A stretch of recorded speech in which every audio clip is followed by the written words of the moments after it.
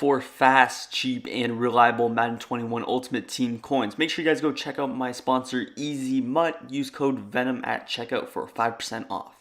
Yo, what's up, you guys? VenomFire here, back from the video, and today we bring you guys another Madden 21 Blitz. You guys showed a lot of love on the Blitz I brought out of this formation earlier in the year. It was probably like a month ago, I think, out of the 3-4 bear formation. I brought you guys this pinch Mike, or actually pinch Buck 0 Blitz. Now we're going to show you guys a different style Blitz. That, of course, was a man Blitz. The one we're going to be bringing today is going to be a little bit similar, but we're going to run it out of a zone coverage base, zone coverage shell. The play we're actually going to run is going to be that pinch dog 3 that you see in the middle there. Very adjustable formation, very adjustable play, and we're going to do some cool things with that. Before into the video, make sure you guys do go ahead, smack a like on the video. Also, make sure that you are subscribed if you're not subscribed already. It's the best way to support me, support the channel, and show that you are enjoying the videos. But back to my point, we're in the 3-4 bear formation out of the 4-6 defensive playbook. First thing that you're going to go ahead and do is I like to set my flats to a little bit of a low, but kind of a manageable amount. Now, when you're setting pressure, you don't want to be playing 20-yard flats to where they can just check down, but also you don't want to be playing, 0-yard flats to where they could potentially throw over you with a simple, deep out route or curl route. You kind of want a manageable amount, usually around 10 yards is where I'm going to go, but you can even go to around 5 yards, depending on the player, picking up on tendencies, things like that. Again, we're going to be in the 3-4 bear. Out of this formation, of course, there's going to be a safety here stock. Unfortunate that you cannot get safeties at these spots, but it is what it is. Those guys are going to be blitzing the majority of the time regardless, but the actual blitz, again, pinch dog 3, you can come out in that. You can leave auto flip on. It should not make that big of a deal. Of course, as I usually do, we're going to be running the gun bunch formation. Just going to set up a couple of different plays that we could potentially audible to, just to give you guys some variety as far as that's concerned. But we're going to come out in something like the mesh post. Now, here we are out on the field. Take a look at the player. We got a cover 3 match shell. So if I run this stock, you'll see how they kind of match. Just a little bit weird. Of course, I'm not going to get pressure. It is a stock 5-man rush, but see how it's kind of some match coverage? We actually got decent pressure there. But probably that has to do with just a block shed or something like that. That won't usually be the case. Now, of course, we have that cover 3 match. When you adjust your zone drops, sometimes those will change. But, of course, we want to send some quick pressure to guarantee that we get a sack or at least a rush, a quarterback rush every single time. So as far as the adjustments that you're going to do, first thing you're going to do is press. That's going to be Y or triangle down on that left stick. Then you're going to blitz all linebackers, which is deep out of the right and down on that right-hand stick. The last thing that you're going to do is just continue to press. Now, pretty much I just want to press as many times as it takes until CJ Mosley or that linebacker on the left side actually gets down in the box. That's really your objective. You want him in the box. So that's what we're going to wait until. Again, kind of weird, but all you have to do is just press Y down on that left stick to press. Just a couple more times. Of course, it's not going to adjust any of your defensive backs, but for whatever reason, that is a way to bring some of those linebackers from their original spot down into a show blitz position, which without actually having to show blitz. So that's all you're going to do. Now, taking a look at our coverage adjustments, we have a stock cover 3, which is not terrible, but a quick flat route from the running back or a quick inside drag from the tight end or the wide receiver makes this a very bad setup. So what I'm going to go ahead and do, first thing I'm going to do is actually put X on a little cloud flat. The next thing I'm going to do is actually shade underneath. The reason for that is I can get a little jam on the line of scrimmage, and also I want to turn that curl flat or seam flat into a hard flat. And the last thing you're going to do is move this guy over and put him on a deep half zone. Now you see there's a big gap, and that's going to be in the middle of the field. That's where you're actually going to be using. Now, one thing that you don't want to do is what I just did there and actually click onto the linebackers. I accidentally clicked onto CJ Mosley, and what happens when you click on is he actually gets out of position. But the player you're going to use is this linebacker over here. You can also go ahead contain. But we're just going to go ahead and snap the ball. You see I'm going to kind of hover here, but I want to typically back up like that. Now, I did get Nano detected here, and that's one of the biggest reasons why I would potentially advise against Nano detection. If you're getting Nano detected like that, don't even bother ever Nano or ever QB containing rather, because that just ruins the blitz. But you saw how he kind of got there pretty quickly, and of course that was a simple 5-man protection, but you see just right off the edge, very quick, very standard stuff. Of course, with my user, I just did some basic stuff. Of course, if I know he's blocking 5 guys, I don't really have to do much, but typically I would stand here a little bit longer. Of course, there is going to be some certain holes in the defense, and there you can already kind of see where a hole might be. It's that quick seam, so that's where I kind of want to run with my user right off the bat. Now, I'm going to show some different adjustments depending on the coverage, so if that kind of scared you, we do have some fixes for that. But again, just going to press, blitz all linebackers, and then just press a couple more times until CJ Mosley gets in the box. Then you're just going to cloud flat X, deep half Y, and then you can go ahead shade underneath for this first setup.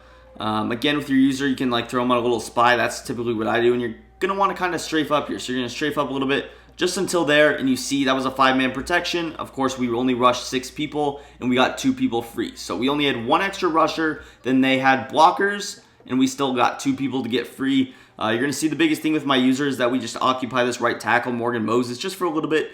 You see, just for the split second, he's going to move over to the left side. He eyes that we have maybe a potential blocker there. And then he still is going to be focusing on our user right about here. So you see, if you really want to occupy him, you can't necessarily sprint to that seam. But the coverage is still going to be relatively simple. Of course, he's going to have to get the ball off right about here. And right here, not much is open, as you see. We have these 10-yard flats, so maybe he can potentially get a flat off. But even if he completes it, it's a minimum 3-yard gain before contact, or 3 yards before contact, or actually maximum. But you see right there, these are, again, slow linebackers. These guys are not fast. By any stretch of the imagination, you get some faster guys. It's going to be ran a lot cleaner than that. So again, I'll show that same blitz setup. And you see, there's no issues when you don't contain. Containing doesn't do a whole lot unless they were to potentially max protect. Then you would just have some extra help on the rush or the edge to where they kind of have to step up into your pressure. But that's neither here nor there. Again, you're just going to press, blitz all linebackers, then you're going to press just a couple more times until Mosley gets in the box for you.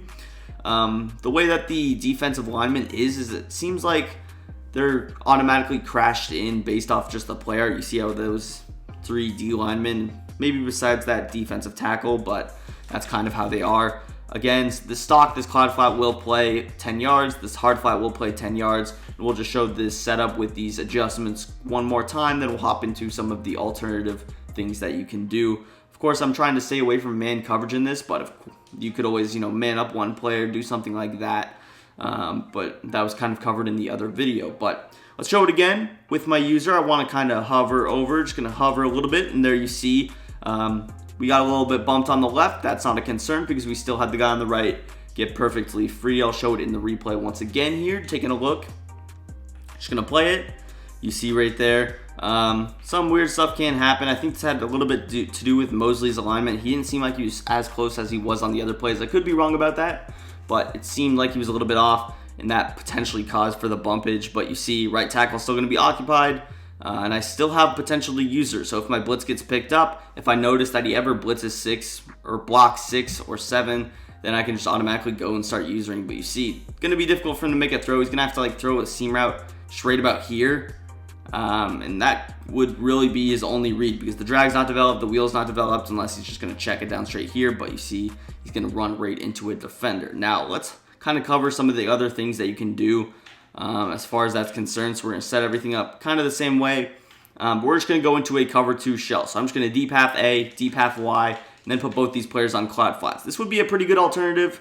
I could also actually shade inside, and that would defend against seam flats a little bit better. This has a lot to do with the actual placement of that strong safety right off the bat. You see how he's kind of in the box.